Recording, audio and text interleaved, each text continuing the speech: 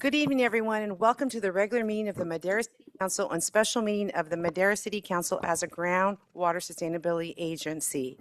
Today is Wednesday, April 5th, 2026, and I call this meeting to order at 6 p.m. City Clerk Gonzalez.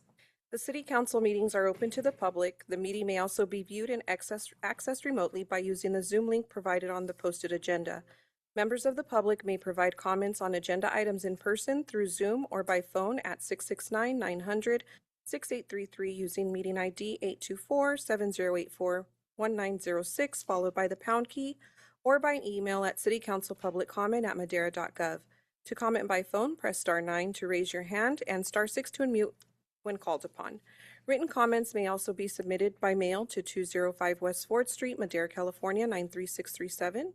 A recording of the meeting will be posted on the city's YouTube channel as soon as practicable following the conclusion of the meeting. We'd also like to remind the audience that Wordly is available for translation services. Thank you for that. Roll call, please. Mayor Gallegos. Here. Mayor Pro Tem Zachariah. Here. Councilmember Rodriguez. Here. Councilmember Montes. Here. Councilmember Evans is absent. Councilmember Mejia is absent. Councilmember Villegas. Here. Thank you for that. And just to note that Councilmember Mejia and Evans are ill this evening and will not be attending for that reasons. If you could please stand for the invocation given by Pastor Sammy Neely and remain standing for the flag salute by Mayor Pro Tem Zachariah.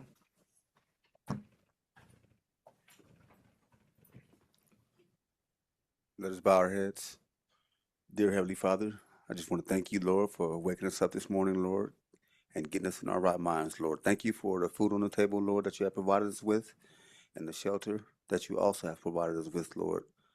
I just want to ask you, Lord, that you bless this meeting, Lord. Bless those that are in charge, Lord. Bless the City Council and the Mayor, Lord, and those in attendance, Lord. All this I ask in the precious name of Jesus Christ, I pray. Amen. Amen. Ready? Salute. I pledge allegiance to the flag of the United States of America and to the republic for which it stands, one nation, under God, indivisible, with liberty and justice for all.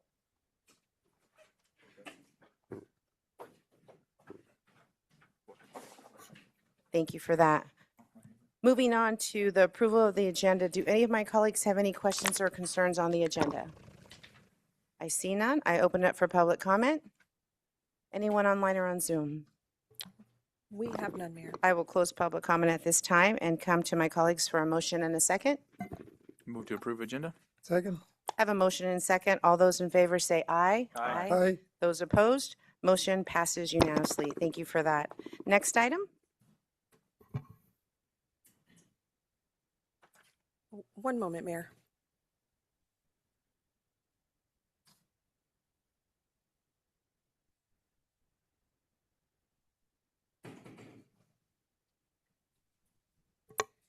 Under public comment, the first 15 minutes of the meeting are reserved for members of the public to address the council on items which are within the subject matter. Oh, we're on That's okay. presentations. My Yes, apologies. it's okay. I was going to go My with it. I was going to go with it. apologies. First presentation, recognition of donors for the 4th of July fireworks spectacular. I was just going to go to public comment and then come back. We're good. Good evening, everyone. Thank you for being here this evening. I'm here joined by Mayor Pro Tem Zachariah. We have several people here in our audience that we want to acknowledge for their grateful and appreciation for generosity for our 4th of July celebration that was held at the Madera District Fairgrounds. Our fireworks spectacular could not happen without your help and support, and your commitment to this community is sincerely appreciated. If we could call Mid-Valley Disposal, Joe Kopikoff, to come on up first.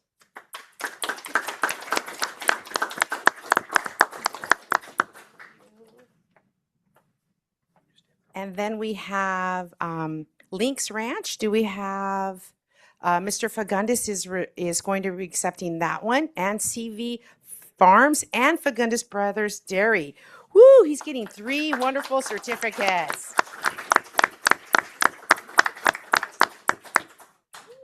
Like a card deck. And then I have next, we have County Supervisor from Fresno, Brian Pacheco here, if he would come on down.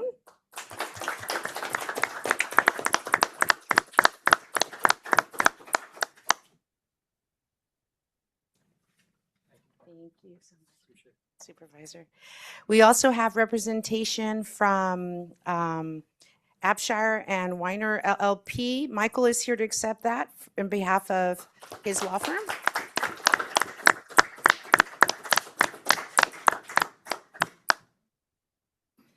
And finally, we have our next person that's very important to this whole equation has started up the wonderful spectacular and handed it over to the city to do some other more exciting things, but with the support of all of them would be Zach Security. And that will be presented and given by Mayor Pro Tem Zachariah. A few words. I do appreciate these people so much. It is with their help that the event was able to continue. Every year it grows, and it's just a great event. I think the community was asking for it. I don't really want to take a lot of the credit. I was just the guy that said, hey, let's bring it back. It was with my fellow colleague, Rodriguez, that we made this possible. But again, it's through the generous donations that were brought by these people here that you see. So really give them the thanks, because without them, the event would not happen. So thank you again.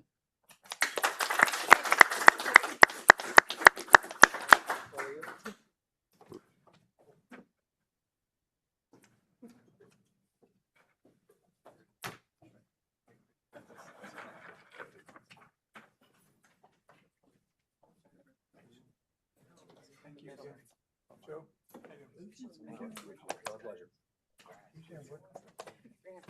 He's in here.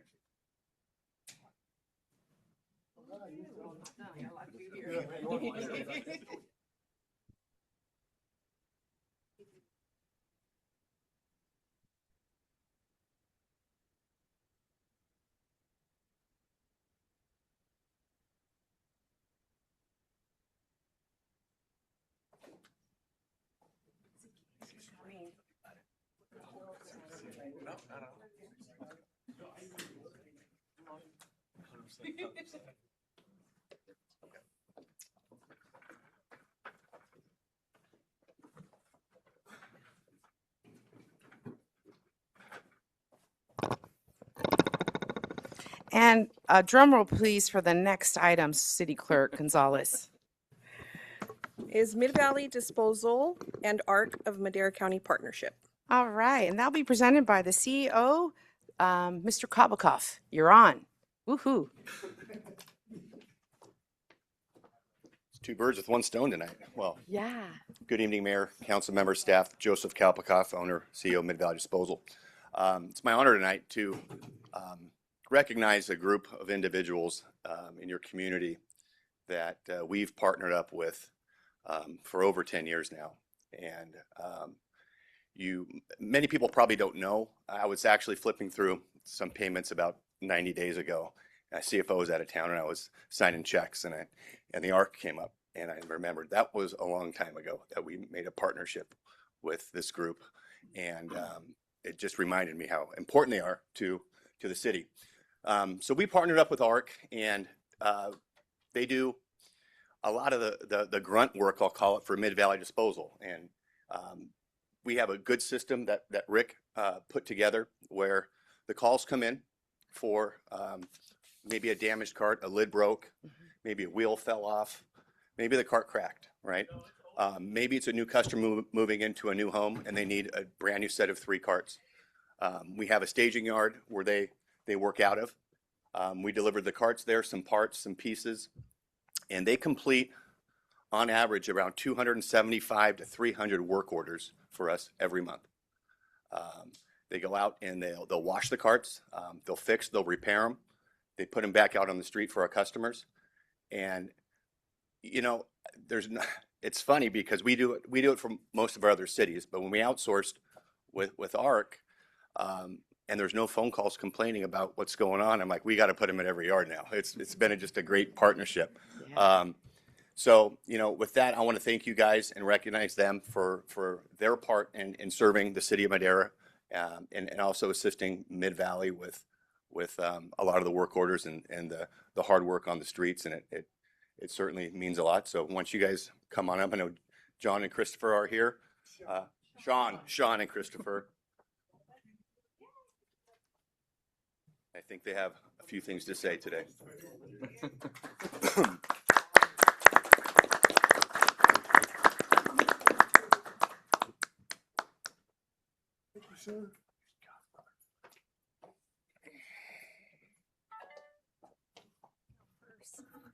Good evening, everyone. Thank you so much for having us here. I'm Tamika Hill, Executive Director for the ARC, Fresno, and Madera counties. I would really like to thank Mid-Valley for this long-standing partnership. During this long partnership, they have employed approximately 15 individuals that are supported by the ARC, Fresno, and Madera counties.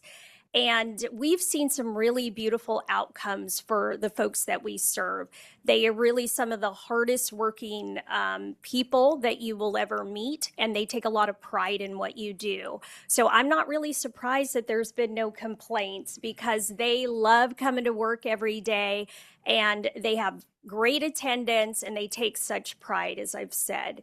I would also like to thank the city of Madera for supporting just wonderful opportunities like this for folks like ours, because it really says a lot about the values here in Madera, and making sure that there are inclusive employment opportunities.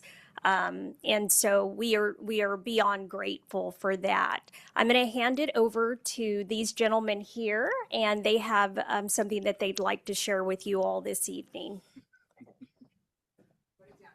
Excuse me, I would like to send Edith front with us, please. Thank you.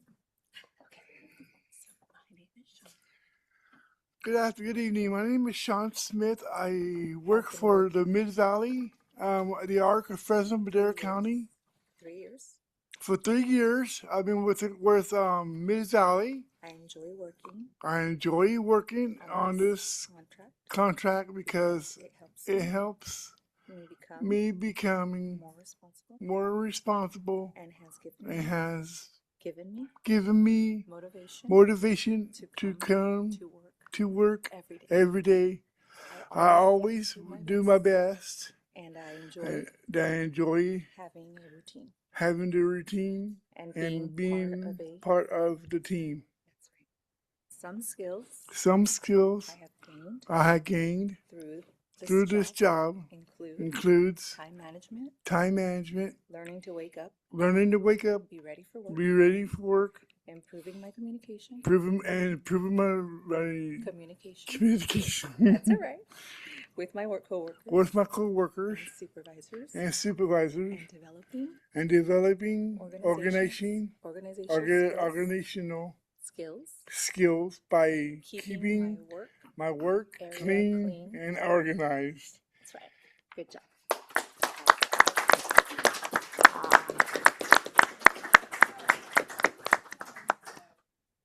All right, you want me to help you out? Okay. Hello, my name is Christopher Vittigan. I have worked on the city and Madera County contract For 4 years, for 4 years, and I and really enjoyed a job. what I like most What I like most, is that what I get to do, different things and different things, and kinds of work, and same kinds of works, earn earn my own money, and gain valuable experience and gain value for experience. at this time. At this time, At the same time, sorry. at the same time, Some of my responsibilities and some of my responsibilities include putting wheels and lids and new carts. This job And this job has taught me has taught me how to work how to work well with others. with others, This opportunity and this opportunity has helped me has helped me grow and become more independent. Good job. Yeah.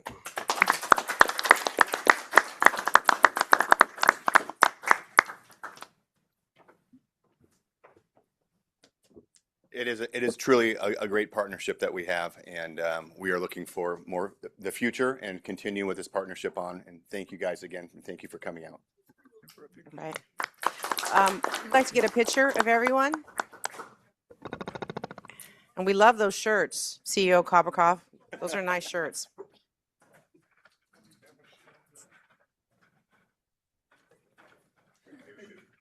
I don't want to fall. Okay.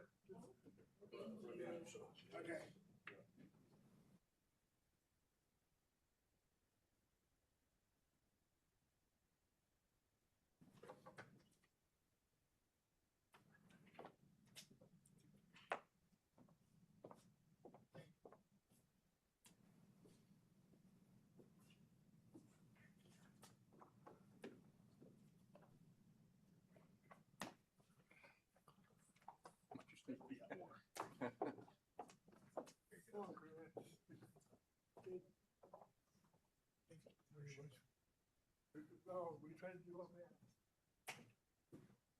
Where do we stand? You stand right here. Thank you. Thank you for. Thank you. You're welcome, Kevin. You're welcome. The boss needs to pick them out.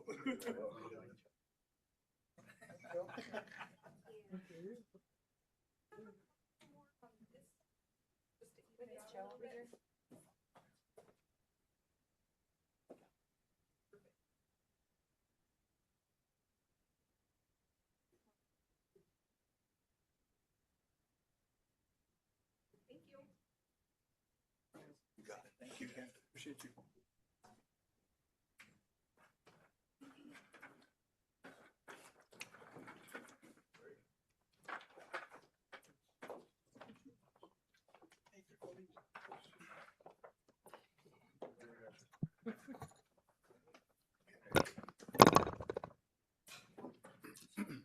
Thank you for coming out again and safe travels home, everyone. Moving on to the next item, City Clerk Gonzalez. On to public comment. The first 15 minutes of the meeting Wait a minute. are reserved for members of the public to address the council on items which are within the subject matter jurisdiction of the council. Shall be limited to 3 minutes. Speakers will be asked but are not required to identify themselves and state the subject of their comments. If the subject is an item on the agenda, the mayor has the option of asking the speaker to hold the comment until that item is called. Comments on items listed as public hearing on the agenda should be held until the hearing is opened. The council is prohibited by law from taking any actions on matters discussed that are not on the agenda, and no adverse conclusions should be drawn if the council does not respond to public comment at this time. Thank you for that. I will open it for public comment. Anyone in the chamber?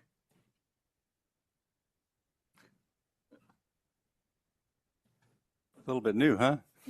I usually don't avail myself of this time, but I have a very good reason tonight. Anyway, thank you very much, Mayor, council members. I would like to introduce you to our new Deputy City Engineer, Eric Frampton. I want to go ahead and let you know a few things about him, and hopefully, oh, there he is. He's right behind me. Anyway, we're very fortunate to have him join our team.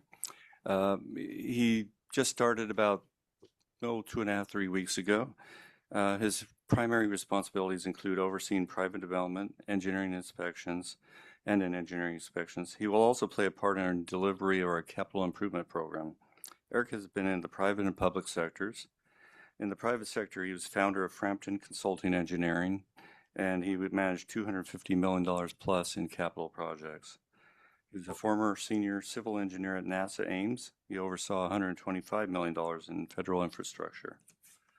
And the public sector, he comes to us from being the former chief building official and engineering manager in the city of Fresno, where he provided his expertise in code interpretation, permit streamlining, and inspection operations.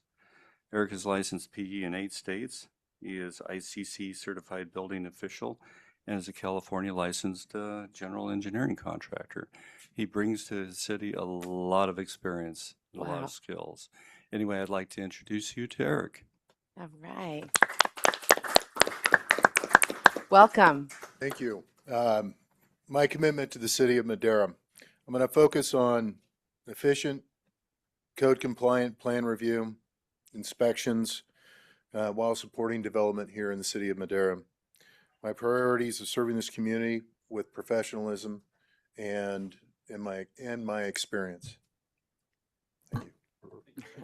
Thank you. We appreciate you choosing Madera. It's a great place to work. Anyone else in the chamber? Online or on Zoom, City Clerk Gonzalez? We have no one online, Mayor. However, we have received written public comment. A copy has been handed out to council, and there's a copy at the dais for anyone who wishes a copy. Thank you for that. I will close public comment at this time and move on to the next item. Is under consent, Mayor, I would like to ask that we move item B3 to section D. That's okay. And under consent, matters listed under the consent calendar are considered routine and will be enacted by one motion and one vote. There will be no separate discussion of these items. If discussion is desired, a member of the public or a member of the council may request an item to be removed from the consent calendar and it will be considered separately. Thank you for that. I bring it back to my colleagues for any questions or comments. I see none. I open up for public comment. Anyone in the chamber? Online or on Zoom? We have none, Mayor. I close public comment and I bring it back for a motion, including moving B3 into the D section. Move to approve consent with the removal of B3 into section D. I'll second. Thank you for that motion. A second. All those in favor say aye. Aye. Aye. Those opposed? Motion passes unanimously. Thank you for that. And then we'll just move into our D section, City Clerk, and bring in B3. Or we could do D3, I'm sorry, move B3. We can move it to the end, Mayor, if you wish. That's okay. We can take it now. Take it now? Yeah. Okay.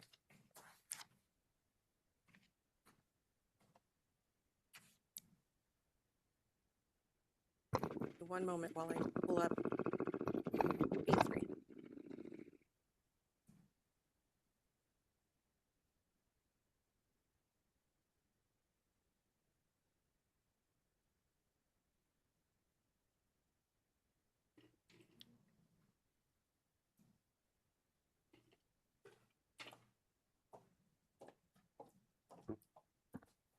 Good evening, Mayor and Council. This evening, I bring before you the designation of a voting delegate and alternates for the League of California Cities Annual Conference.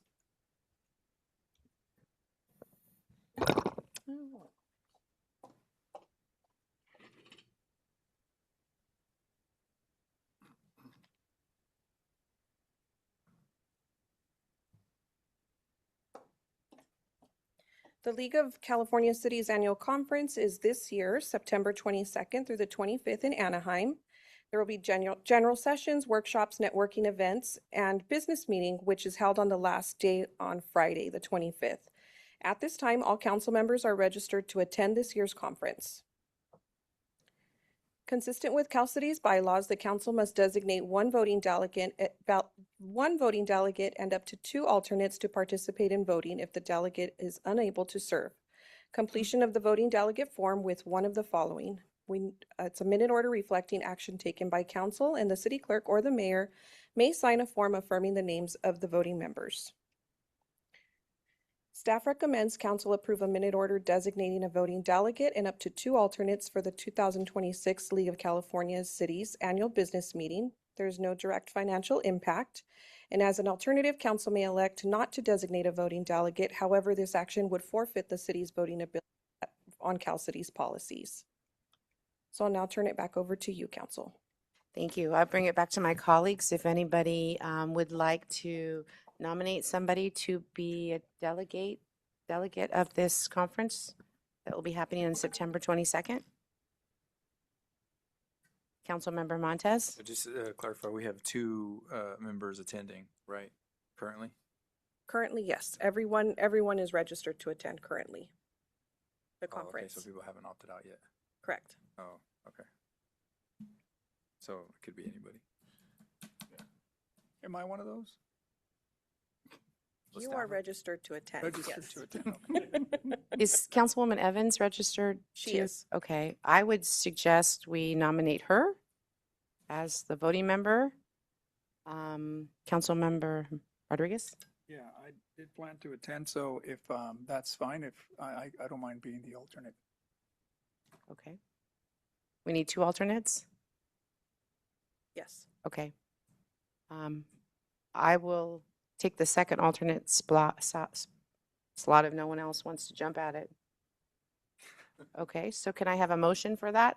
Just to make it approval? Move that we nominate Councilmember Evans as the voting member and designate alternates Councilmember Rodriguez and Mayor Okay. Second. All right, I have a motion and second. All those in favor say aye. Aye. Aye. Those opposed? Motion passes unanimously. Thank you for that. Thank you. Moving on to the next item. Item D1 is 4th of July 2026 fireworks celebration event recap and acceptance of donation. All right, presented by our very own Parks Director Aber. Thank you for being here this evening. First out of the gate. Yeah, I know, it's kind of weird. But thank you, Mayor, Mayor Pro Tem, council members, guests, colleagues. Joe Abear presenting item D1, 4th of July 2026 celebration, event recap, and acceptance of donations. As you know, the city hosted the 4th of July 2026 fireworks celebration at the Madera District Fairgrounds. And this year's celebration highlighted America's 250th birthday. The city received donations totaling $31,100 for the event, and it was kind of apropos. We saw some of the donatees this evening. Let me just stop just for a second, as I am prone to do, is when we first were talking about this, I think myself and my staff were somewhat skeptical about this whole thing, and we weren't sure about this event, and it was the first time us doing it. But I have to say, it turned out to be a resounding success. I think we've learned some lessons. We had a debrief afterwards, and I think we have some good ideas moving forward to the next one. So our hope and our aspiration is to actually get even more donations next year. We're going to start earlier than we did this time. I think we kind of jumped into this at the end of February, so our runway is a little longer this time to kind of think. So I did want to kind of add that. That's not in the presentation, but that's just Joe speaking on behalf of my staff. And I think it was a great event. I got a chance to actually spend some time with Mayor Pro Tem Zachariah, and so we hadn't really spent any time talking before. So it was a good family environment. So overall, I had very positive feedback for the event. As I mentioned before, we on the 18th of this year, we provided an update on what we were going to do for the 4th of July celebration. And historically, the city hosted this event at the Madera Municipal Golf Course, but due to budget constraints and the pandemic, the city's direct hosting ended in 2017. And I think at that time I gave you a whole history going back to way back when this thing started. So I won't repeat that. But several years ago, the Kiwanis assumed the lead role for this. In February 2026, the organization requested that the city resume oversight and financial responsibility for the fireworks display and celebratory event. The Kiwanis would continue to assist while the city would serve as the lead. And that was, I think, a really great thing that we worked together on this. To help offset the cost of the event, the city sought donors. In total of $31,100 was received towards the event, and this was to offset the cost of the fireworks display. As we mentioned before, we received, I think is in your packet, we received $10,000 from CV Farms, $10,000 from Lynx Ranch, another $10,000 from Mid Valley Waste Disposal, $1,000 from Alisher Wender Law Firm, and $100 from Assemblyman Supervisor Brian Pacheco, who's running for Assembly. Zach Security provided an in-kind donation of security services during the event. And the highlights include the gates opened at 5 o'clock and the show began at approximately 9:15. We had 11 food vendors and 17 non-food vendors. And that's another area I think we're going to improve on next year, but I think we're level set now. We had volunteers from Boy Scout Troop 116, and they assisted throughout the evening with family games and other activities. From what I was told, we didn't do a count, but what I was told, we had a larger than anticipated attendance, and I think that was evidenced by the fact that some of the food vendors ran out of food. So that's kind of a good thing in a bad way, but I think we'll be better prepared next year. Here's a kind of a rundown of the budget. The expenditures were $49,359. We had $3,100 in donations, and the contribution from the city equated to $18,259. And if you remember the presentation I gave back in February, we had a budget that we anticipated, which was much greater than that, which was $60,000. $497. So we were within our budget that we anticipated, but I think the sky's the limit for this event. And like I said, we'd just like to provide a special thank you to the Greater Madera Kiwanis Club and the Madera District Fairgrounds for the partnership that allowed this event to be successful for the community. And again, it was very well received. I got a lot of positive feedback about this. I think somebody even told me the fireworks were even brighter this year. I don't know. I didn't have anything to compare it to, but that's what I heard. So I thought that was kind of cute. I think that the recommendation is that we adopt a resolution accepting donations totaling $31,100 for the 4th of July 2026 fireworks celebration event. And that concludes my presentation, and I'm open for any questions, comments, whatever. Thank you. I'll bring it back to my colleagues for any questions and concerns. Councilmember Rodriguez. Thank you, Mayor. Joe, I just wanted to give you thanks for taking the lead and the city for taking the lead on this. I know that when this event took place back to the fairgrounds, Kiwanis, had initiated that start with other service clubs as well. I want to recognize the Rotary and also the Lions because they were also part of the volunteering throughout this process. But nevertheless, I just wanted to thank you again for taking the initiative on taking this. I know that the donors that were here before us have been generous every year, and I hope that they continue. And anything that we can do at the Kiwanis also to help will definitely be part of that. So thank you again. Thank the city, my colleague Rohi, and more importantly, Zach's, because over the last couple of years, even though it's an in-kind donation, there's a couple of $1,000s that go into that event when he has the event staff there looking after the whole fireworks. And of course, our police department out there, Chief, thank you. Appreciate it. Also, Pendarvis, thank you for getting the flag out there in the fire station and a couple of the events that we've had. So thank you. Thank you for your comment. Mayor Pro Tem Zachariah. I would like to say thanks, Joe. It was kind of nervousness to handing over our baby to you, but I know you guys did a great job. I agree. It was probably even better with your guys' partnership. So I do thank you for trusting in us, and that my promise that wasn't going to be too crazy for you guys. I know it's going to grow, and that's kind of where we saw the partnership is, that only better things were going to kind of come from it. So I know the only complaint is obviously about the Ferris wheel that we're not going to hammer you too much about, but I think you're aware of the problem now, and maybe next year that could be on the to-do list is get that Yeah, Ferris wheel. we're working on that Ferris wheel. Thank you, though.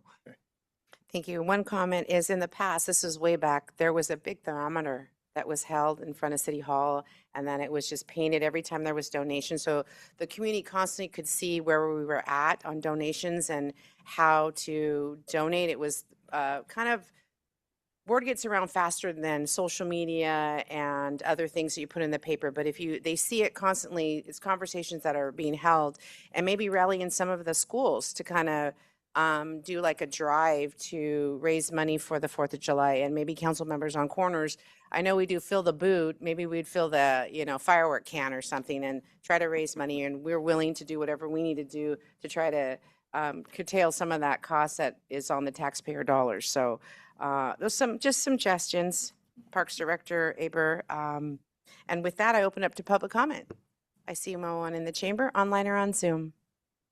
We have none, Mayor. All right, I close public comment, and I would like my colleagues to entertain a motion to adopt this resolution. Move to approve. Second. I have a motion and a second. All those in favor say aye. Aye. Aye. Those opposed, motion passes unanimously. Thank you for that. Next item. So item D2, Fresno Madera Area Agency on Aging Congregate Nutrition Program for Older Adults. All right, All right. it's all yours again. Madam Mayor, stuck with me again. Let's see. I've got nothing on my, here we go. Okay, item D1, Joe Aber again. D2. Mayor Pro Tem, council members, guests, colleagues. We're presenting item D2 for Fresno Madera Area Agency on Aging Congregate Nutrition Program for Older Adults. Before I get into this, there's a slight change. Was since we originally published, we did do a change to the budget amendment. And that was only because there was really no, there was a amendment to offset the appropriation. and this should there's a no credit under the that was coded under the fund grants, and then there also was no FMAAA fund. There is a grants fund, so we actually had to do that correction. So there's a slight correction from what was originally submitted. So the Fresno Madera area on Aging's awarded the city funds for the congregate nutrition site management at the senior centers. The Title III C1 Congregate Nutrition Site Management is a congregate meal program that has played a pivotal role in providing nutritional meals to qualifying seniors. For years, the city has partnered with the FMAAA to deliver direct services to the city senior population. The partnership was paused at the onset of COVID when limitations with indoor gatherings and programming occurred. The partnership resumed in fiscal year 2024-25, and the city was awarded up to $56,000. In 2025, we accepted another award of $58,625.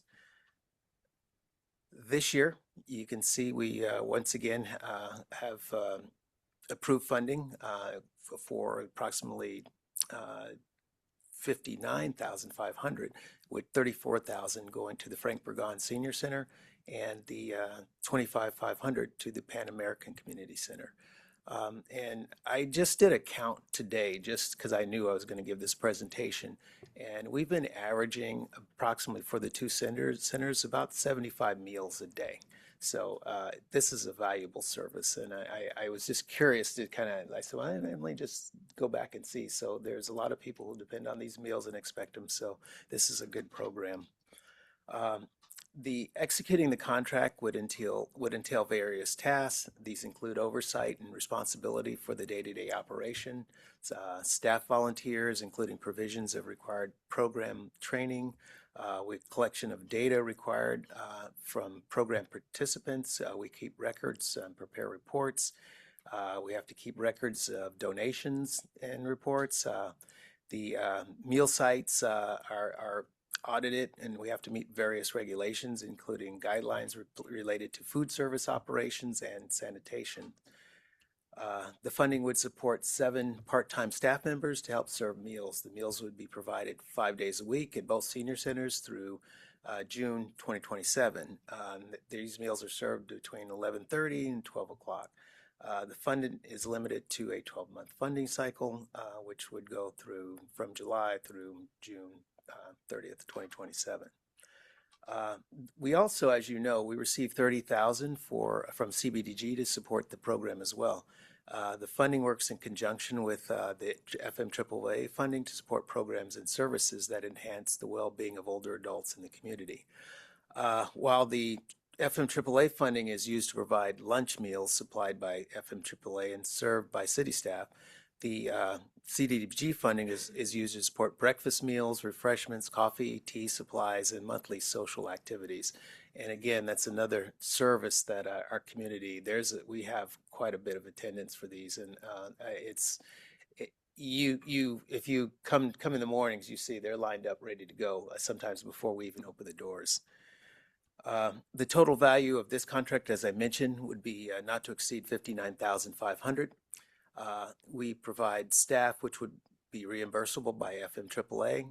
Moreover, FMAAA will provide all meals and transportation delivery of the meals to each center, which is a good thing given the price of gas. So the contract amount of $59,500 is intended to cover the cost for the staff of the two centers.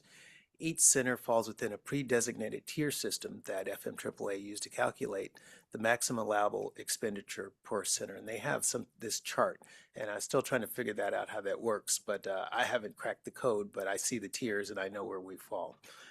The contract match from the city is $23,800. This match will be met using personnel costs of full-time staff who support the contract. The match will also cover the cost of supplies and materials such as utensils, serving platters, heating and temperature control items, and food safety items.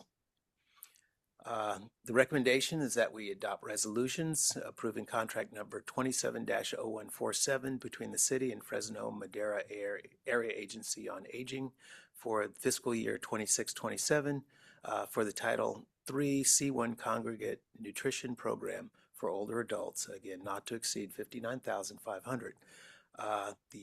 Also to amending the city's fiscal year 26-27 operating budget, approving related expenditure lines related to the execution of the FMAAA contract number 27-0147, Title III, C1 Congregate Nutrition Program.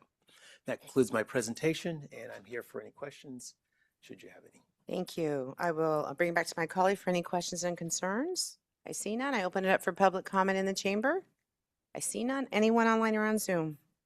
We have none, Mayor. Thank you for that. I bring it back to my colleagues for a motion and a second. I move to approve. Second. Thank you. A motion and a second. All those in favor say aye. Aye. Those opposed, motion passes unanimously. Thank you, Parks Director Aber, for your reports. Next item.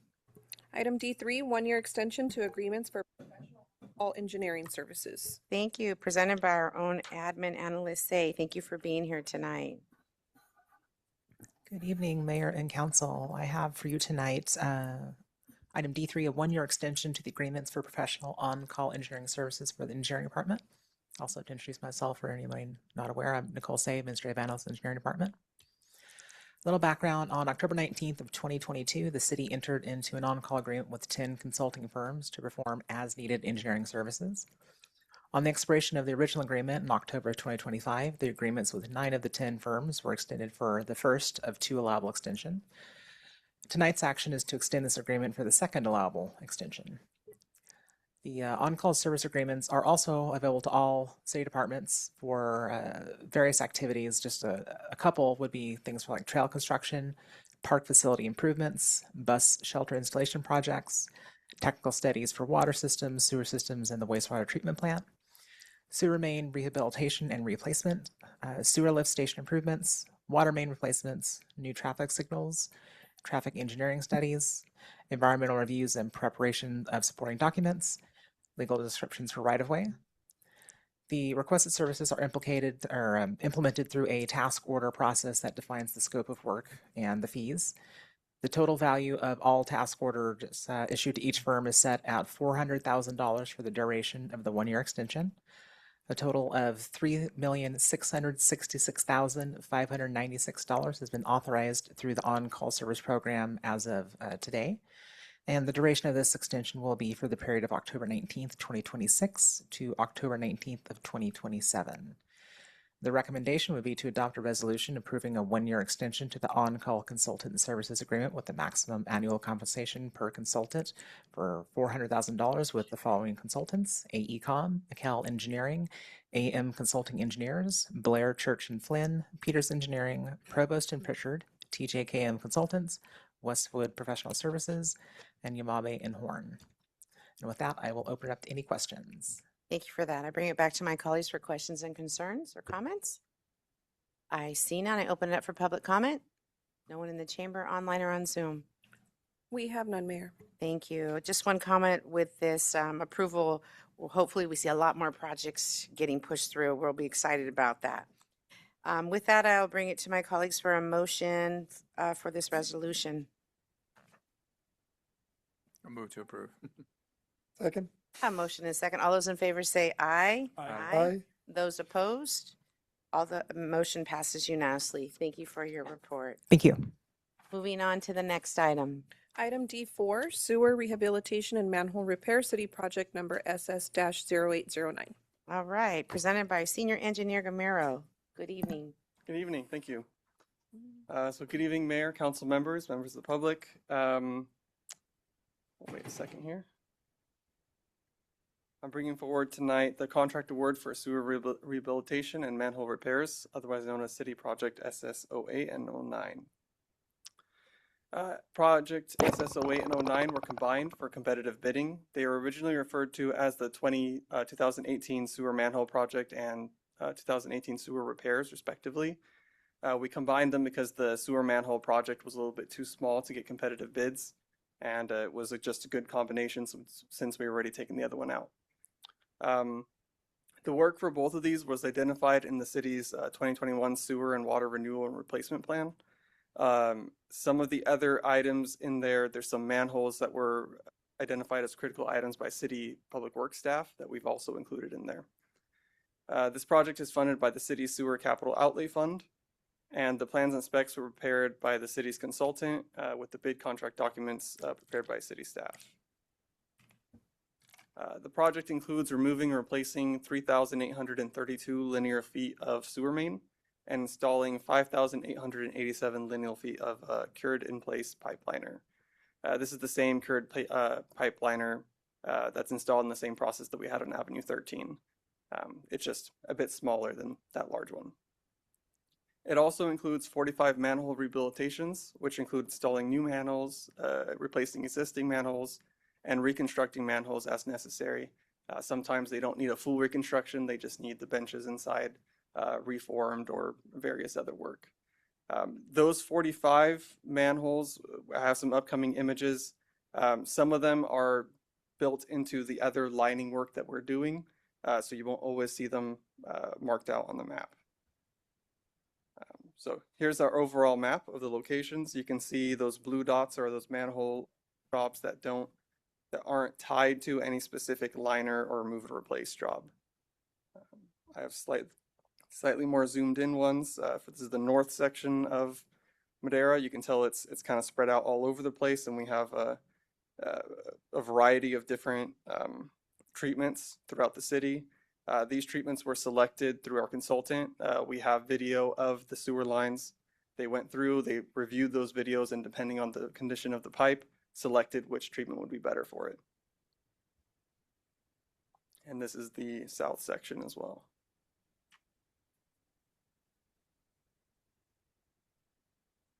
In review of the bid, on July 7th, we received 7 bids. The bids were checked for accuracy against the bidding requirements, validity of licenses, and bid security. The lowest bid received came from Rolf Construction, Inc. At an amount of $3,354,178. City staff reviewed and confirmed the bid met all the bidder requirements, was found the lowest responsive and responsible bidder. Here are the 7 bidders. We got a pretty good spread between 3.3 to 5.3, with our engineer's opinion of cost being $4,050,000. The project budget, the contract for Rolf Construction would be that $3.3 million. We are suggesting a 10% project contingency with a leftover $370,000 for construction management, inspection, and testing, for a total of $4,060,000, which would all come from the sewer capital outlay funding source. All right, so our recommendation: adopt the resolution adopting a Class 2 existing facilities categorical exemption pursuant to the California Environmental Quality Act, approving the contract award for the 3.3 to Rolf Construction, and approving an allowance of 10% for the contract amounts for contingencies resulting from unforeseen conditions. And that is all. Thank you.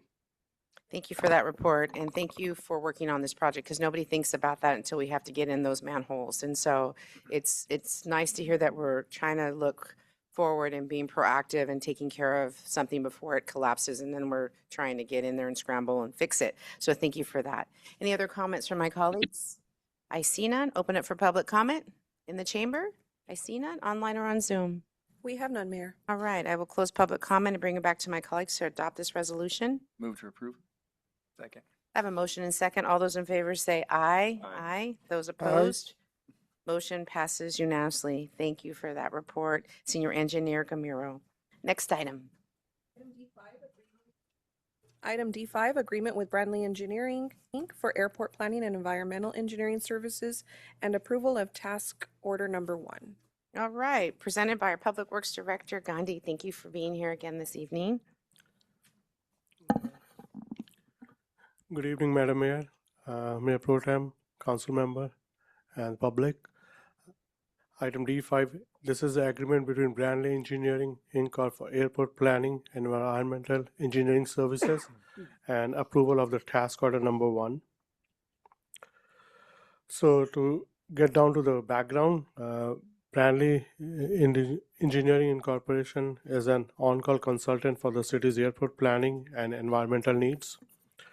The purpose of this is streamlining the future airport projects and FAA grant application with a qualified consultant that's already under contract. The benefit will be faster turnaround on planning, environmental review, and grant documentation with no new procurement for each task order. The task order 1 authorizes the 13 task scope of services to update the airport layout plan and complete an AGIS survey. The funding primarily is through the FAA Airport Improvement Program grant and with additional funding coming up from Caltrans Division of Aeronautical Participation. If you look at the task order 1, the scope of services exhibit 1 that includes 13 major tasks consisting of project scoping, pre-planning, DBE goal calculation, and facility inventory, aviation forecast, critical aircraft determination, and environmental review. It also includes AGIS survey, obstruction mitigation plan, and facility requirement analysis. It will give us a full ALP drawing set, development summary, and narrative reports. This is basically the area of like review. This is the site plan right now, what we're looking at. This will be the grid section that will be covered under the AGIS survey. To go for the bid review, city issued RFQ number 2024-25-09 for professional planning services and environmental consulting engineering services. Only one statement of qualification was received from Brandley Engineering Incorporation. City Star reviewed the SOQ and found the firm qualified to perform the required services. The recommendation is award the consultant service agreement with Brandley Engineering Inc. for sole respondent to the RFQ number 2024-25-09 and found qualified for airport planning and environmental engineering services. Approved task order number 1, airport layout plan narrative, updated ALP drawings, and AGIS service. Authorizing compensation not to exceed $348,400. The recommendation will be adopt a resolution to award a 5-year consultant service agreement with Brandley Engineering Inc. for airport planning and environmental engineering services and approve task order number 1 in an amount not to exceed $348,400. Any questions? Thank you for that report. Bring it back to my colleagues for any questions or concerns. I see none. Opening up for public comment. No one in the chamber. Anyone online or on Zoom? We have none, Mayor. Thank you, City Clerk Gonzalez. I will close public comment and bring it back to my colleagues to adopt this resolution. Move to approve. Second. I have a motion and second. All those in favor say aye. Aye. Aye. Aye. Those opposed? Motion passes unanimously. Thank you, Public Works Director Gandhi, for your report. Thank you. Next item. Is item D6, Madera Microtransit Feasibility Study Final Report. From our very own Finance Director Lima. Good evening. Good evening, Mayor, Council. Mike Lima, Director of Financial Services. As you know, usually between the months of July and October, you don't see much of me. I'm hibernating after budget. But so what would bring me out of my hibernation? Well, the only thing that could is microtransit feasibility study, and that's why I'm here tonight. So, thought I would give you a little history, go back in time a little bit before we get into this. Back in April of 2023, Council approved modifications to the city's transit system. You're coming out of COVID. It looked like a good time to be tweaking our transit system, and this Council approved several changes. We added the blue line to provide service to the Madera Amtrak station, modified the green line in response to college and college class times. We altered the purple and orange lines, changed some scheduling, and then rebranded the system with colors, new bus and bus stop numbers, and various shapes to signal which line your customers could ride. All that was approved, all that was implemented, I believe is implemented by January of 24. We were up and running. So since then, Oh, and this is what it looked like. These are the routes, and this is what the result of that was. You have 4 routes going through town. Again, the blue line going to the far north, the green line going down to the far south part of town, and then the orange and the purple line serving the center of the city. Over the past couple of years, though, it has become apparent that the fixed route service has stagnated. Even though it is free, it is completely free to ride, and yet we are not seeing any growth. In fact, I'll show you a graph here very shortly that we're actually seeing slight decline in that, even though it is free. But in contrast, our paid on-demand services, which are ADA paratransit and dial-a-ride, that ridership has been increasing at the same time. So given the growth in on-demand services, Council approved a contract on June 18th of 2025 with FlexLinks to prepare a microtransit feasibility study. Over the past little more than a year, we've held various workshops. We've worked together, city staff has worked together with FlexLinks and compiled a lot of information and come up with a plan. FlexLinks briefed council on the progress of that at your February 12th meeting of this year, and then recommendations were presented at your May 20th meeting of this year. So I mentioned before, we're not seeing growth in fixed route, but we are seeing some in dial-a-ride, and this is what I'm talking about. Back in fiscal year 2015-16, you had over 100,000 passengers riding fixed route.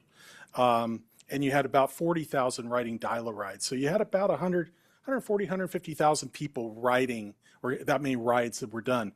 And you look and you see it start trending downward. There was a spike in fixed route in 2017-18, but it was almost offset by a decrease in dial-a-ride.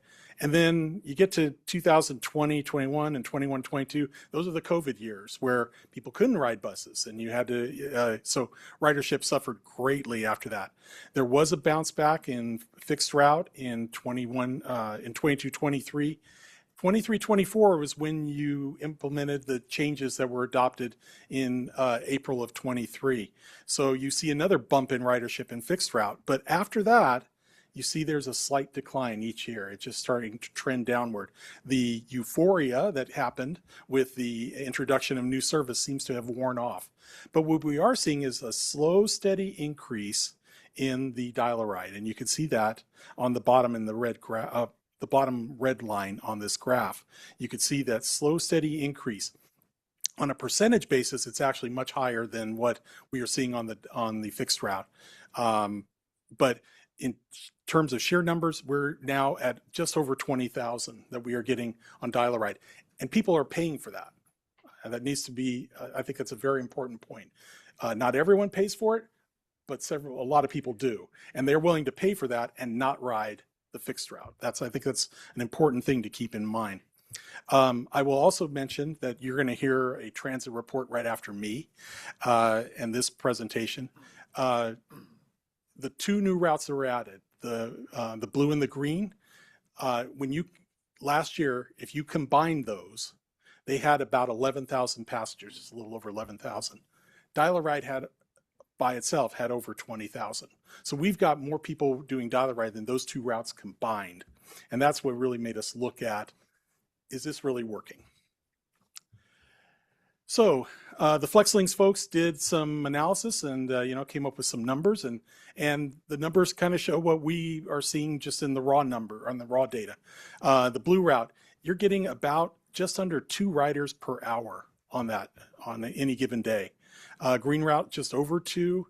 But then you compare that to the orange or the purple, and you're seeing double that ridership. Overall, system average is just under 4 riders per hour at the current time. It's also kind of pricey to provide that service. In 2023, these are using 2023 figures, which was the most recent that we had when we were preparing the report. The city FlexLinks went out and surveyed transit agencies within our local area to see what the costs were and see how we compared. And right now, of the 8 that they were able to query, we're the 3rd most expensive, only beaten by Tracy and Kern Regional. But all the others were able to provide fixed route at a much lower per passenger cost than we are. So in short, that high cost per trip suggests that more trips may be more efficiently served by an on-demand model. So this map, what it shows you, and again, this is from the study, this shows you where people are getting on the bus when they ride it, and actually where they're picking up dial-a-ride as well. But I'll focus on fixed route first. What you're seeing there is where they're getting on the bus. The bigger the dot, the more people are getting on. So you see a lot of people getting on at Walgreens on Cleveland. You see them getting on at Rancho San Miguel. You see them getting on at the Intermodal Center. You see a little bit fewer, but still a significant amount that are getting on at Sherwood and Country Club. And then it starts tailing off after that. We've got a little more on Yosemite, another spot. We've got some in front of the Meadows. We've got some over at the county facility where social services is. We have some there. And then we have some at the school. But after that, we don't see a lot of ridership among other areas. So you really are seeing ridership in that core area of the city, along Cleveland and down Yosemite. That's where we're getting a lot of the traffic, our traffic right now for fixed route. Dial-a-ride, on the other hand, you could see all those little blue dots all over the place. That's all dial-a-ride and where people are getting. And they're getting from a rather large geographic area where they are being picked up and they're utilizing dial-a-ride service. You especially see it on the west side of town where you might imagine everyone's got a car and they wouldn't want that, but they're using it. We are seeing that over there. We're also seeing it a lot in the northeast part of town, where Councilmember Evans a few months ago mentioned that a lot of her constituents are using this service or using transit service. From what we see, they're using a nice mix of fixed route as well as dial-a-ride. They're using both. So taking that information, knowing that it costs a lot what we're doing right now, and knowing that where the people are getting on, FlexLinks and staff have come up with some recommendations. We are proposing to eliminate the green and blue lines and then reconfigure our other two fixed routes, the purple and orange. Purple would basically stay very much the same as it is today, but orange would change pretty significantly. We would go from 60-minute headway to 30 minutes, which means double the service under the proposed plan. So there would be actually more fixed route service under this than they're currently receiving on that line. This is what it would look like. That orange line would be going right through downtown. You'd start at, I suppose we'll start up in the north and work our way to the south, but the Rancho San Miguel area, and then it goes all the way down Yosemite and then comes over and terminates at the Lionstown and Country Park. The purple line would be a rather circuitous route through the city, hitting a lot of the major areas where we see traffic getting on the system. Start up there again up in the north. We would start at Walgreens. We would go down the Cleveland area and then with a little jaunt there, and then come across Cleveland down through Tozier all the way down, coming all the way down to Avenue 13, coming up past the hospital, and then coming back into downtown and terminating at the Intermodal Center. The microtransit area or the microtransit service would replace the dial-a-ride, and it would have much the same service area. The proposal is to have much the same service area as dial-a-ride is currently providing. However, that may change. As we get into this a little bit further, we may change that. Because right now, as you see, the dial-a-ride service goes all the way up to Avenue 19. It's serving Parkwood. It's serving out the Italian Swiss colony. And some of those areas are county, and we're not so sure we want to go that far. So we're going to be reviewing that a little more. But for now, we're just saying let's take it. We'll look at it as take it as just the dial-a-ride area, and then we may make more refinements later on in the process. So with dial-a-ride, we are recommending implementing microtransit to serve the community outside the two fixed routes. As I said, it would be roughly the same existing area as the current dial-a-ride. We're recommending utilizing on-demand mobility services like Uber and Lyft to cover service times not covered by the city's transit system. And then we would set up a pilot program to connect Madera residents to Fresno's transit system for medical and personal appointments. This was something that kept popping up over and over and over again in our discussions with the community is we need a way to get to Fresno for especially medical appointments. And so we're proposing to set something like that up. So microtransit weekend service, under the proposed recommendations, the Saturday service would be expanded by 2.5 hours. Right now it terminates at 4 p.m. It would go to 6:30 p.m. on Saturdays. We would maintain the existing Sunday service from 8:30 to 2:30. And again, a reminder, we would have Uber and Lyft fill in those areas that aren't being covered by the city after those hours. Fresno Connector, a non-demand service. We're going to start it or proposing to start it as an on-demand service. It can transition to an actual shuttle every 30 minutes or every hour into Fresno to connect with their bus system. It will be a pilot program. So we will evaluate what that long-term regional demand actually is. And it will run, our proposal is to run from 7 a.m. to 6:30 p.m. on weekdays. So what happens if you approve this plan? Well, initially it's going to be very boring. Nothing will happen, which sounds kind of odd, but it's true. I mean, tomorrow, if you vote tonight and say yes, and you walk out tomorrow, you're still going to see Madera Metro buses going up and down the street. You're still going to be able to pick up the phone, get a dial-a-ride. Nothing is going to change at tomorrow. But what will happen is it will give us staff the okay to start the wheels in motion to transition to the micro transit product. There's several steps that have to be done in order to make that a reality. If approval is given, after that we're going to start developing an RFP for a transit system operator. We will then award a contract to the transit system operator. We have to implement a fare policy for the microtransit system.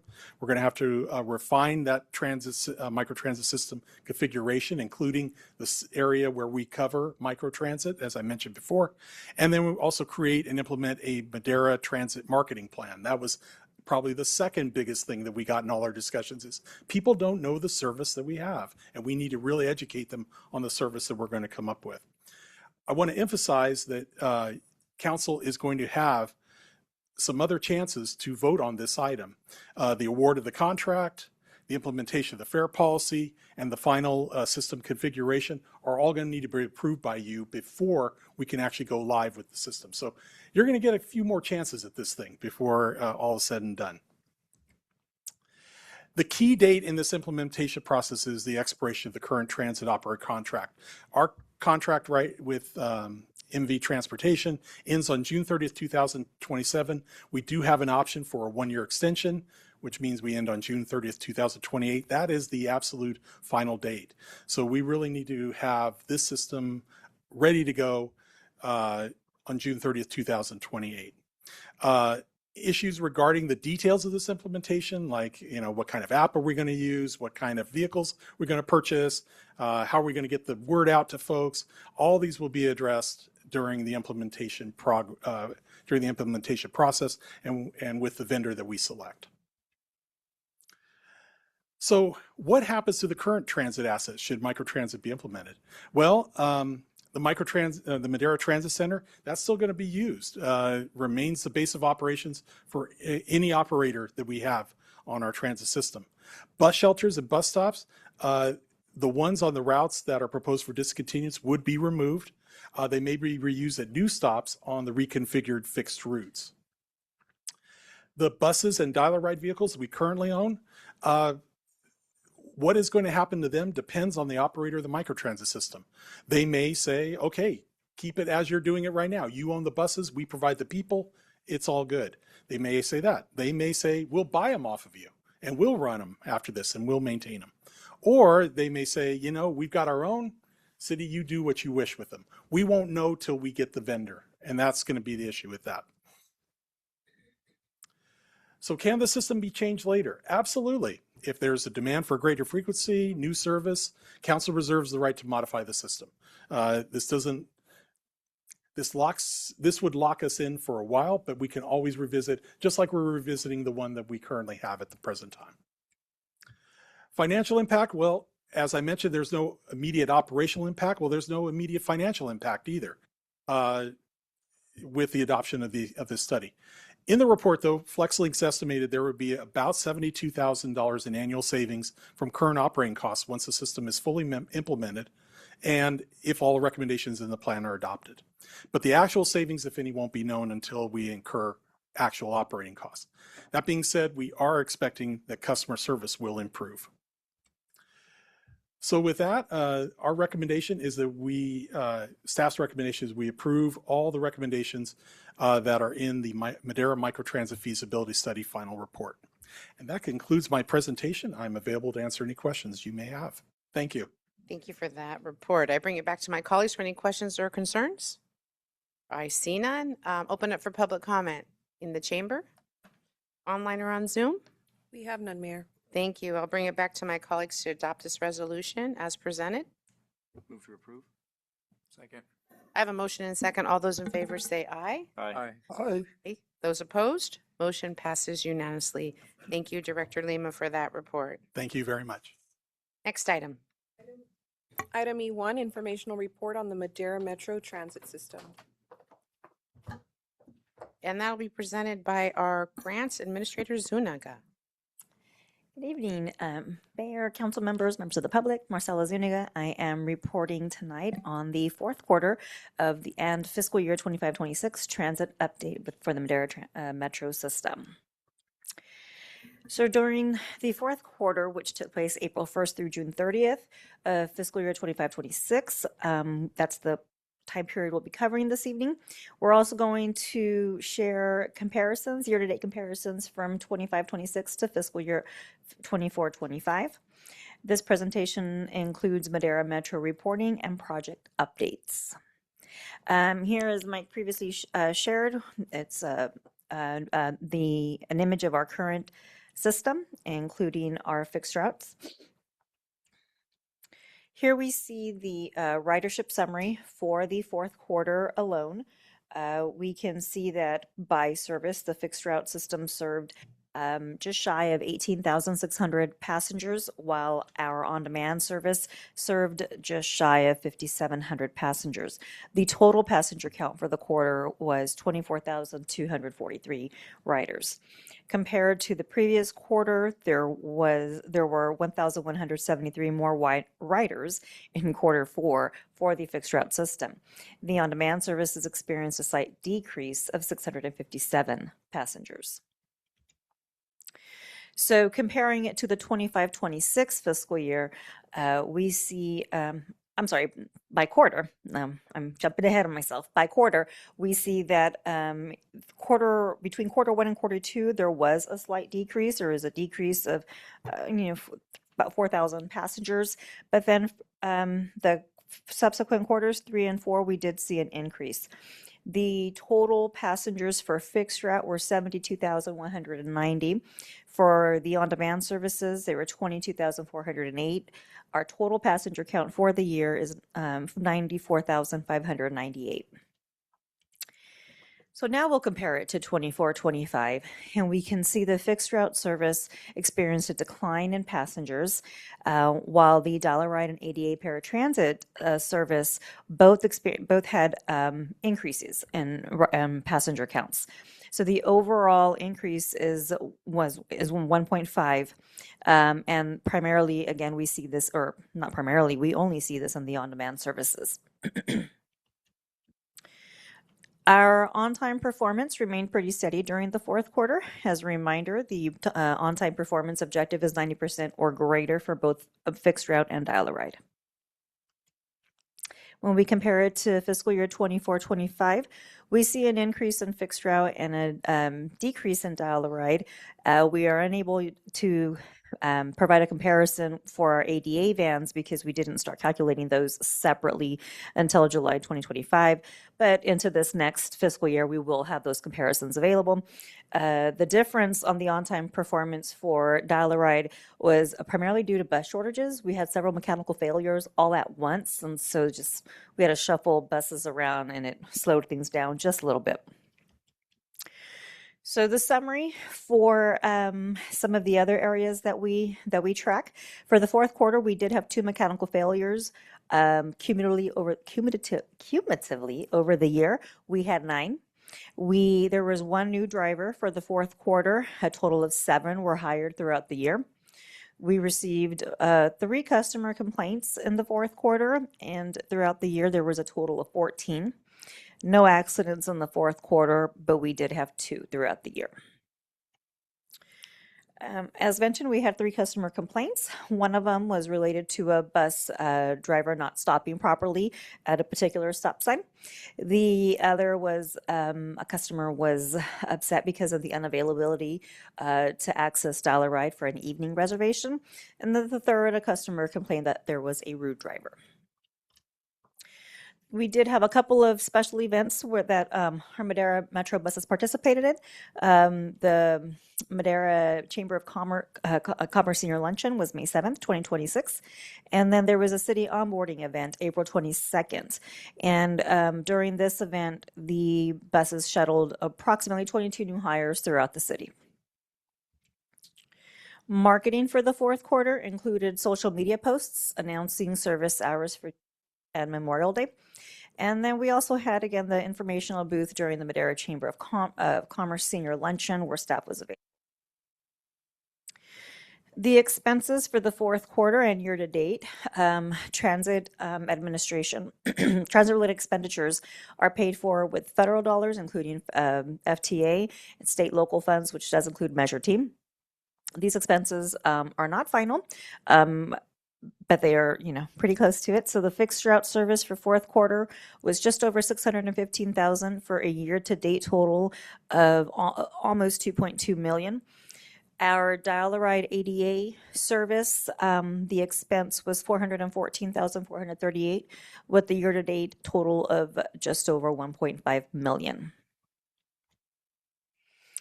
And we are providing comparisons to the 24-25 expenditures. Please note we did start our new contract July 1st, 2026 with MV. That did result in adjusting costs, and that is where you'll see this. The price increase is attributed to that new contract. So for fiscal year 24-25 for fixed route, compared to 25-26, there was an increase of 23% in this new year.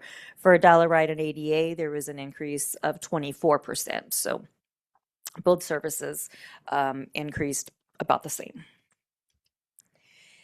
Project updates. We are finally finalizing this, the invitation for bid documents. Did receive some final docs from our contractor. We're working internally with staff to get those into the hands of our administrators so that they can review them and move this project along. And we just heard about our microtransit feasibility study. No need to repeat that. And then the financial impact. Again, transit expenses and personnel time mentioned are funded federally through the Federal Transit Administration with state monies that includes Affordable Housing and Sustainable Communities Grant, the Public Transportation Modernization Improvement and Service Enhancement Account, and SB1 State of Good Repair, along with Measure T. And that concludes this presentation. Thank you for that. I bring it back to my colleagues. Any comments? I see none. Opening it for public comment in the chamber. Online or on Zoom? We have none, Mayor. All right, I'll close public comment, and this is informational only. So thank you, Grants Administrator Zuniga. Don't go away too far. Next item, City Clerk. Item E2, Community Development Block Grant Program 2026-27, Program Year Application Timeline, and Public Outreach Efforts. All right. Okay, me again. I am presenting on item, I believe it's E2, which is this community development block grant application timeline and public outreach efforts. Okay, so at your July 1st, 2026 council meeting, staff shared the CDBG application notification process for awards. Currently, we notify potential stakeholders at the beginning of the annual award process, and we do this through email, through posting the Madera Tribune, city's website, social media, and we notify members of the council and also our block grant commissioners. Again, as a reminder, the city is an entitlement agency, so we must submit a consolidated plan every 5 years. Along with that, we submit an annual action plan. We do this to remain eligible for this funding. By statute, the due date for submitting the city's plans is August 16th. However, the city has historically kept an internal deadline for plan submission of May 16th. So the application process we are proposing is based on the city's internal submission deadline. Here is a summary of the changes that we are proposing to the application process. The timeline developed includes targeted dates that will be used moving forward for every CDBG application year. Based on council feedback, staff updated the CDBG application process to include two workshops for potential applicants. The application window is longer, approximately 3 months. And so I do want to note that the dates presented are subject to change based off the availability of the Block Grant Commission members, their availability to meet as presented. So here's the proposed CDBG application timeline. The first Monday in November, we'll open up the application and we'll notify council, Block Grant Commission members, local nonprofits, stakeholders, again via email, the Madera Tribune website, social media, etc. The third Tuesday in November, we will host our first applicant workshop. The second applicant workshop will take place the second Wednesday in January. The last business day in January, the CDBG application period will close. February, staff will take that time to review applications and prepare them for the Block Grant Commission review. The third Tuesday in March, staff is proposing the special meeting to be held of the Block Grant Commission to review the applications and develop funding proposals for council consideration. The third Saturday in March, that is when our 30-day review period begins. It is on a Saturday because that's generally when we post the notice in the Madera Tribune. The second council meeting in April, we will bring forward the CDBG draft annual action plan and request council open a public hearing for this plan. Followed by the first council meeting in May, we'll bring the final annual action plan back to council for consideration and approval of the plan. And then by May 16th, staff will submit the annual action plan to HUD. And that concludes my presentation. All right, thank you for that. My colleagues have any comments or concerns? I see none. I open it up for public comment in the chamber, online or on Zoom. We have none, Mayor. All right, I will close public comment at this time, and it is just a review for us to have that information. Thank you, Grants Administrator Zuniga. Next item. Item E3, sharing of cost in continued monitoring of the San Joaquin River Restoration Program subsidence benchmarks. Action on this item is by the GSA. Thank you, Mayor, Council members. This is the sharing of cost in the continued monitoring of the San Joaquin River Restoration Program subsidence benchmarks. A little bit of background. The city is subject to multiple agreements designed to share in the cost of managing the Madera subbasin. And those agreements, the numbers seem to be racking up a little bit here. Those agreements address cost sharing in relationship to maintaining the annual and 5-year reports and updates. That participation varies between all groundwater sustainability agencies or those subject to the joint GSP. Also, the cost sharing of the domestic well mitigation program.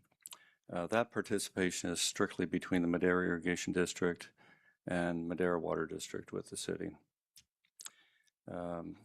Recently, back in about February, the Department of Water Resources determined that it would cease collecting subsidence data. That subsidence data was actual physical survey, as I understand it. Instead, they recommended use of what's called the INSAR data set.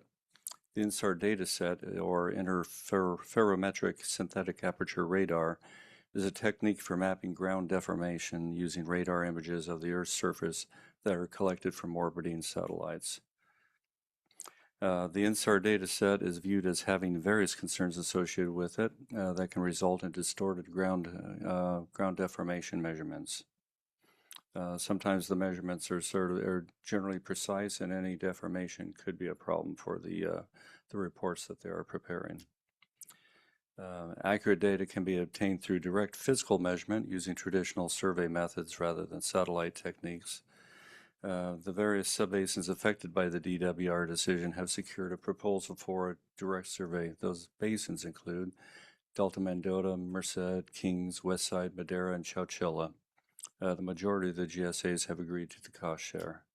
That cost share by subbasin is divided by, that's 6 ways, from $127,300 proposal, making it $21,217 per subbasin. Our subbasin has 7 GSAs within it. Dividing those 7 GSAs, or the number by 7, we get 21,216 for the total, but 3,030.95 per GSA. As determined, it has been staff's anticipation and recommendation that funding would continue through the Water Utility Fund, specifically 20303888006440, as the actions under the SIGMA and GSP directly impact the source of water in which the water system functions. The recommendation of staff is to provide direction regarding direction and the cost of the continued monitoring of the restoration programs to site and benchmarks. If you have any questions, I'd be happy to answer them. Thank you for that. I'll bring it back to my colleagues for any questions or concerns. All right, Councilmember Rodriguez. Thank you, Mayor. Keith, I mean, the cost seems to be minimal. Yes. But, we aren't really contributors to the subsidence that's taking place, or maybe a lot of the issues that arise from Sigma. Is that a problem for us to pay $3,000? Is that, or going forward, and how they allocate these percentages? Given the relatively minor amount, I guess I would go ahead and say it's not really a concern of mine. I do recognize that the potential for subsidence will extend throughout the area. They are focusing on the San Joaquin River. We do, in a way, impact this proportionately. We are 10 miles away from the San Joaquin, I believe, somewhere thereabouts. As such, our impact is minimal and our proportionate share is minimal. But should we be paying, I think is what your question is. I mean, it's such a small amount. But nevertheless, I mean, I think this will come before us as we continue to share costs for more monitoring. I mean, this may be something small today, could be something bigger tomorrow. And I think we've seen that over the last couple of meetings that we've had with other mitigations and other cost sharing that we've had. Yes, we do have multiple costs associated with management of Sigma and the GSP. As far as this cost, I do see it going up, but that it's typically going to be a function of the proposal for the hard survey, meaning they are going to be sending surveyors out there. But I'm struggling to go ahead and give an answer that doesn't come back to the fact that we are 10 miles away and we have a minimal impact. I tend to think that as a fair share amount, we do participate on a sub-basin scale, and that's probably why we would want to go ahead and participate. This is by sub-basin, actually. Yeah, so again, you're asking for direction, so that's why I was asking. Sure. If it would be prudent for us to move on this. It's not that much. But of course. That's all I have. Okay, thank you, Councilmember Rodriguez. At this time, I open it for public comment in the chamber. I see none, online or on Zoom. We have none, Mayor. Okay, I close public comment and bring it back to my colleagues for direction on this item. You need it in the form of a motion. I mean, I think, given that conversation, minimal, it's not worth the fight. Right. So I move that Recommendation of staff. we go with the recommendation of staff. You motion that? Yeah, I move Thank that you. we go with the recommendation of staff, the full amount. Have a motion? Second. Thank you. All those in favor say aye. Aye. Those opposed, motion passes unanimously. Thank you Thank you. for that, Director of Appreciate it. Engineering homework. Moving on, City Clerk Gonzalez, next item. Section F, council member reports, announcements, future agenda items. This portion of the meeting is reserved for the mayor and council members to make reports on boards, committees, and other public agencies, and at public events, to request updates, to initiate future agenda items, and to take action on matters initiated under this section of the agenda. Under this section, the council may take action only on items specifically agendized and which meet other requirements for action. All right, thank you for that. I will go to my right, Mayor Pro Tem Zachariah. I'll give one last thank you to Joe and his staff for the 4th of July and kind of the conclusion with tonight's presentation and closing it out. And just, in future meetings, Joe, if you just let me know, I'd love to be there when you guys start kicking that back off. But other than that, just miss you guys. And it's been felt like a long time since we had our meeting. So it's kind of nice to be back. Perfect, thank you. Councilmember Montez. Nothing to report. Wow, Councilmember Rodriguez. Thank you, Mayor. I don't remember if we've had a council meeting since the last Caltrans ribbon cutting out there or groundbreaking. I'm assuming we did. But if that wasn't announced, I just wanted to say that's great. What I would suggest, if this council would approve or give direction, is to bring us some updates as far as what's taking place as far as traffic. I know that we hear a lot in the community as far as how this has been impacting them a bit. When I go down there, it doesn't impact me much because I make a left on East Street, but nevertheless, I do hear it on social media. So maybe a monthly update or whenever we have our meetings to kind of keep us informed on what's taking place with traffic and what have you. And that's with Downtown Yosemite Project. Correct, yes, the CAP M project, so yes. So maybe just a brief report on it. Just letting us know what's taking place. I'm not sure if I don't think we need Caltrans for that. I think we can kind of gain a pretty good idea of where that's at. But again, if I didn't say it, I don't recall that I did, but great work. Thank you. Because now with those improvements, I look forward to seeing downtown enhanced here in the future. And I mean, State Route 145. So that's all I have, Mayor. Thank you for your report. Councilmember Villegas. Oh, nothing to report. Thank you. And I just have a few things. School starting on Friday, so everyone be safe out there. Slow down. We had a lot of our businesses and partners come up with backpack events like the Elks Club, Big Brothers Big Sisters, Madera Ford Valley Steel, just blessing our children with supplies to get them ready for this school year. So I thank all the community out there that has been doing that. With that, I will turn it over to my attorney for closed session.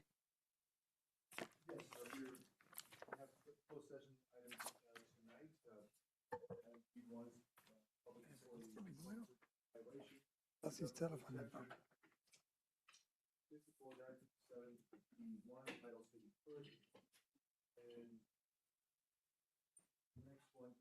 They live by Town Country Park and the west side, most to the end of the house.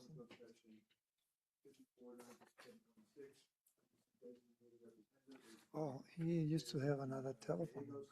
That's a new one, that's why. Thank you. With that, I open up to public comment. I see none in the chamber. Anyone online or on Zoom? We have none, Mayor. Thank you. I close public comment. Thank you, everyone. If you're not out here when we get back, have a great evening. We will move into closed session at this time. Thank you.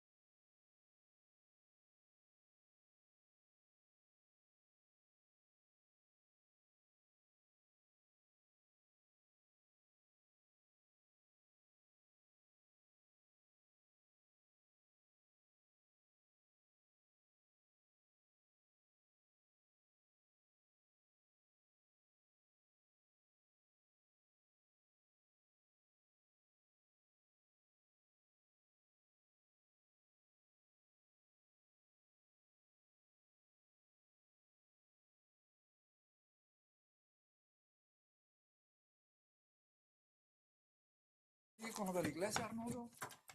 Voy a seguir con lo de la iglesia. You won't let up, huh? We're back from closed session, and I will report that our G1 and 2 is satisfactory. And with that, I adjourn the meeting tonight at 8:04. Have a good evening, everyone. Thank you for being here with us tonight.